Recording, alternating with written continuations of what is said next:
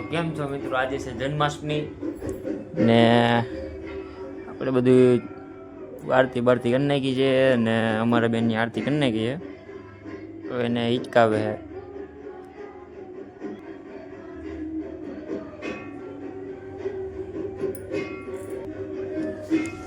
ચાલો મિત્રો આપણે વચ્ચે દર્શન કરી લઈને કાનુડાને હિચકાવી દઈએ. કાનુડાની કેક કાપવાની બાકી છે. હા, હજી કાનુડાની કેક કાપવાની બાકી છે મિત્રો. આપણે દર્શન બર્શન કરી લીધા ને કાનુડાને હિચકે બીચકે લીધા છે. તો આપણા કાનુડાને કેવા સજાવ્યા આપણે જો ખાલી બ્લર કેમ થાય બ્લરનો તો આપણે સજાવટ કેવી કરી મિત્રો? અમારે બેનબાએ સજાવટ કરેલી છે. આપણા કાનુડાની કેક કાપવાની છે મિત્રો. કેક કેવી છે કહી દીજો કોમેન્ટમાં. હાલો ધડાધડી કરી નાખો કોમેન્ટમાં મિત્રો. જેની કેક ખાવી ને કેક ખાવા આવતા રહેજો. અમારી બેન મીણબત્તી ગોતે મળવી જોઈએ ને પણ મીણબત્તી નથી મળતી.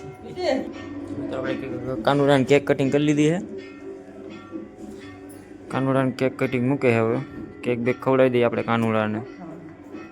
તમારે જીનું ખાવા આવ્યો કેક ખાવા આવી. તો મિત્રો બધાને હેપી જન્માષ્ટમી.